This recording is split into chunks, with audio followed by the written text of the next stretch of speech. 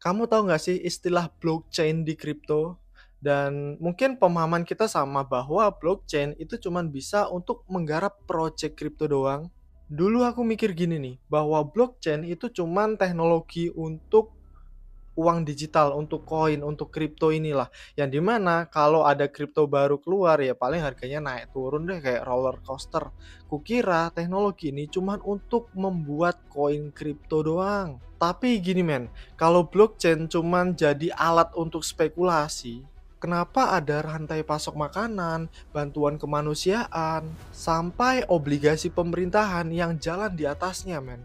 Ya mungkin hal-hal seperti itu belum terjadi di Indonesia ya. Cuman di beberapa negara lain yang udah fokus, yang udah ngembangin blockchain sampai ke taraf selanjutnya, hal seperti itu bukan hal mustahil. Makanya di videoku ini aku pengen ngebahas tentang blockchain. Biar kalau ada yang tanya, blockchain tanpa kripto bisa apa? Biar kalau ada yang tanya, kamu bisa ngasih jawaban yang bisa dipertanggungjawabkan. Jadi jangan sampai skip videoku ini agar kamu tahu, agar kamu bisa ambil posisi. Siapa tahu karena ini teknologinya belum jalan banget kan, kamu bisa ngembangin teknologi itu untuk kepentingan kamu sendiri di Indonesia. Siapa tahu kamu dapat cuan banyak kan dari situ. Oke, tonton sampai selesai biar kamu lebih ngerti tentang blockchain.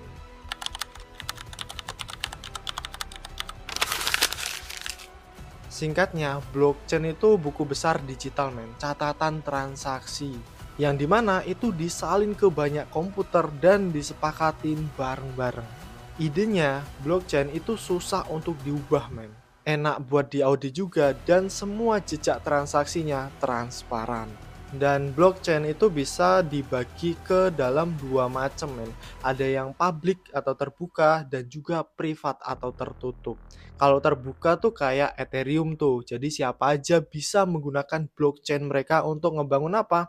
Untuk ngebangun game, untuk ngebangun rumah di sana, untuk ngebangun gedung di sana, itu secara terbuka men di Ethereum. Nah, aku hari ini pengen ngebahas tentang yang privat, yang nggak umum. Privat itu pesertanya lembaga-lembaga terpilih doang. Itu lebih cocok untuk perusahaan-perusahaan maupun pemerintah yang butuh kontrol akses. Makanya aku pengen ngebahas tentang yang privat men, karena yang publik itu bisa diakses, bisa dibuat, bisa digunain oleh siapa aja. Tapi yang privat, karena jujur aja sebagian, bahkan mungkin lah semua instansi atau perusahaan itu nggak mungkin lempar data internal mereka ke publik men. Sama aja bunuh diri. Dan ya, blockchain itu bukan alat sihir yang pasti bener men. Karena ketika kamu salah input di dalamnya, ya hasilnya juga salah. Tapi bedanya, walaupun itu semua salah input, kamu masih punya datanya. Ternyata salah input harusnya 3 jadi 2. Nah, semua datanya itu ada di situ, nggak bisa di-delete. Tapi inget ya, transparan aja itu nggak berarti menyehatkan. Karena kamu tahu lah, CCTV itu bisa melihat semuanya, tapi ketika memorinya atau kabelnya dicabut, ya sama aja nggak ada data transaksi apapun di situ. Nah, jadi aku mau masuk ke use case-nya nih. Jadi kamu nggak mungkin dong mau tertarik, mau peduli, padahal proyek itu nggak punya dampak apapun. Nah, aku mau masuk ke use case-nya. Yang pertama, supply chain, mulai dari kebun, pabrik, sampai etalase. Bagian A ada keamanan pangan, di situ ada Walmart dan IBM Food Trust. Walmart itu pernah mendemokan pelacakan asal mangga men, yang tadinya butuh hari untuk melacaknya, sekarang cuma butuh beberapa detik doang.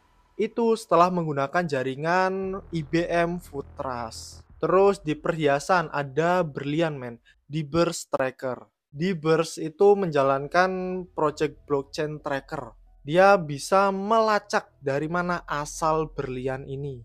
Tujuannya yaitu jaminan dari tempat yang etis maupun autentik men. Jadi bisa menjaga harga atau nilai dari berlian itu. Terus di bidang farmasi ada Mediledger.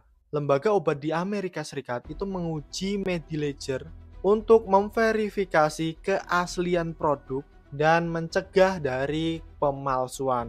Itu sebagai salah satu upaya untuk menuruti kebijakan hukum yang berlaku di sana. Itu tadi kan udah aku sebutin yang berhasil kan, tapi setiap proyek pasti ada yang gagal juga men. Biasanya kegagalan-kegagalan itu karena kurangnya adopsi dan juga tantangan dari kolaborasi. Kadang juga government yang nggak mendukung proyek itu. Jadi supply chain itu suka pakai blockchain karena apa? Ya karena jejaknya itu rapi, auditnya itu gampang, dan respon krisisnya itu juga jauh lebih cepat. Tapi ya balik lagi, tanpa adanya kesepakatan industri, proyek ini ya bisa macet. Terus bagian kedua tentang keuangan publik dan transparansi. Oke, kita mulai dari obligasi digital. Jadi World Bank dan EIB World Bank menerbitkan bond E pada tahun 2018. Obligasi yang dialokasikan, dipindahkan, dan dikelola semuanya di blockchain. Nilainya saat itu sampai 110-an juta dolar Australia, dan pada tahun berikutnya ada transaksi sekunder yang terjadi di situ. Terus European Investment Bank itu menerbitkan obligasi digital dengan nilai sekitar 100 juta euro. Bekerja sama dengan bank-bank besar dan menguji penyelesaian dengan mata uang digital.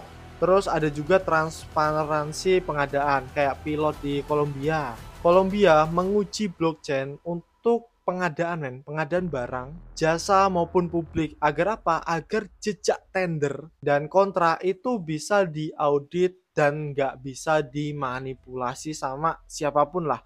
Itu bisa jadi alat untuk mencegah korupsi, atau ketika ada korupsi, kita tahu jejaknya siapa yang melakukan, siapa yang memanipulasi, siapa yang ACC.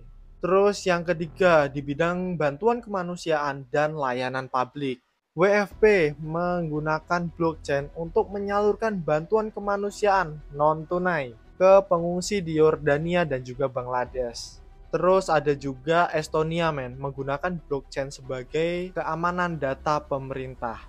Estonia menggunakan KSI blockchain untuk menjaga integritas data layanan publik dari kesehatan sampai peradilan sebagai proof of integrity skala nasional. Tapi perlu dicatat ya, e-voting di Estonia itu nggak berbasis blockchain.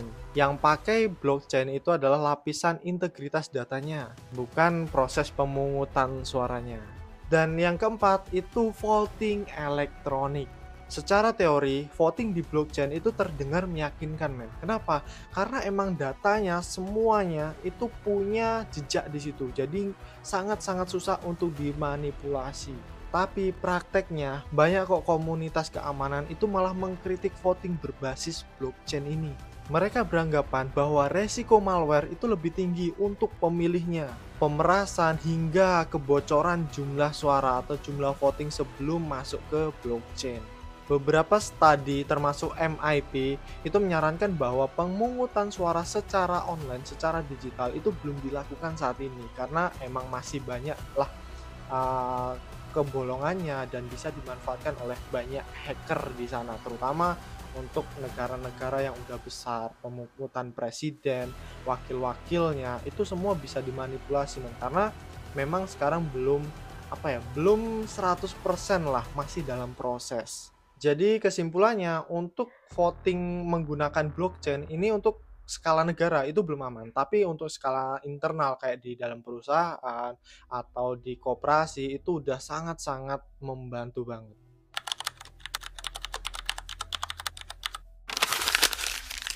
Aku tadi kan udah ngasih tahu nih beberapa keuntungannya dan bahkan udah diterapin tuh di beberapa negara dan beberapa perusahaan.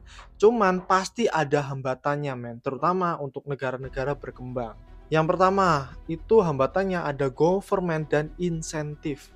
Blockchain lintas lembaga itu butuh kesepakatan tingkat tinggi. Siapa yang pegang note, siapa yang boleh lihat data apa, siapa yang memutuskan kalau ada konflik, itu perlu dikaji dulu. Yang kedua, kualitas data dan integrasi.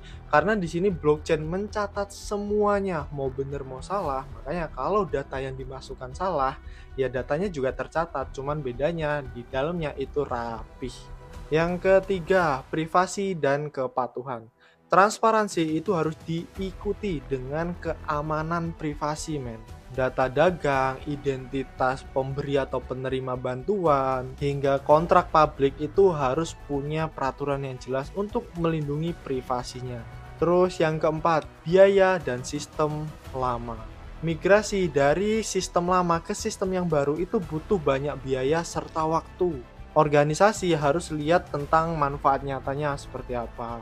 Terus harus lihat SDM-nya apakah mampu mengoperasikannya atau enggak. Terus harus lihat apakah biaya pemindahan penggunaan teknologi baru itu lebih besar atau bisa menghemat nanti ke depannya. Masih banyak yang harus diperhitungkan.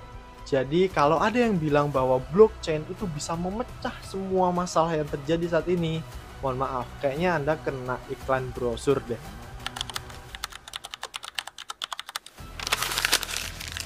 Jadi sekarang pertanyaannya, apakah blockchain bisa digunakan untuk project di luar kripto? Jawabannya bisa dan sudah mulai digunakan. Di supply chain kayak makanan, berlian, bantuan kemanusiaan, obligasi digital, dan di pemerintahan semua udah bisa menggunakan blockchain. Tapi nggak semuanya cocok ya, terutama kayak voting online lah, voting internet itu sekarang untuk skala nasional itu masih banyak problemnya, jadi belum berani untuk digunakan. Kalau menurutku, penggunaan blockchain ini untuk mencatat transaksi yang terjadi di pemerintahan itu bagus banget, itu bisa sangat membantu KPK. Karena apa? Karena semua transaksinya, mau itu benar, mau itu salah, semuanya tercatat secara rapi di dalamnya. Jadi, ketika ada kasus korupsi, KPK tinggal lihat tuh catatannya, tinggal KPK membuat atau merapihkan blockchain-nya agar ketika ada yang transaksi nominalnya berapa, anggarannya berapa, harga asli barangnya berapa, terus siapa yang transaksi, semuanya harus jelas di situ. Jadi, salah satu cara untuk mengurangi korupsi itu bisa dilakukan menggunakan blockchain. Tapi tergantung SDM kita, tergantung mental kita, tergantung hati nurani dari pemerintahan kita. Jadi menurutmu nih, ada hal lain nggak sih yang bisa dilakukan sama blockchain selain yang udah aku sebutin tadi? Atau ayam? Atau kamu masih belum ngerti tentang apa itu blockchain? Tulis pendapatmu di bawah dan aku minta dukunganmu untuk mengembangkan channelku ini agar aku jadi lebih semangat lagi, aku lebih riset dalam lagi. Dengan cara apa? Gampang banget. Tinggal kamu subscribe, like kalau kamu suka, dan kita diskusi di kolom komentar. Karena setiap diskusi kita bisa jadi nanti akan jadi diskusi yang lebih panjang kayak kasus Pati. Komen di bawah.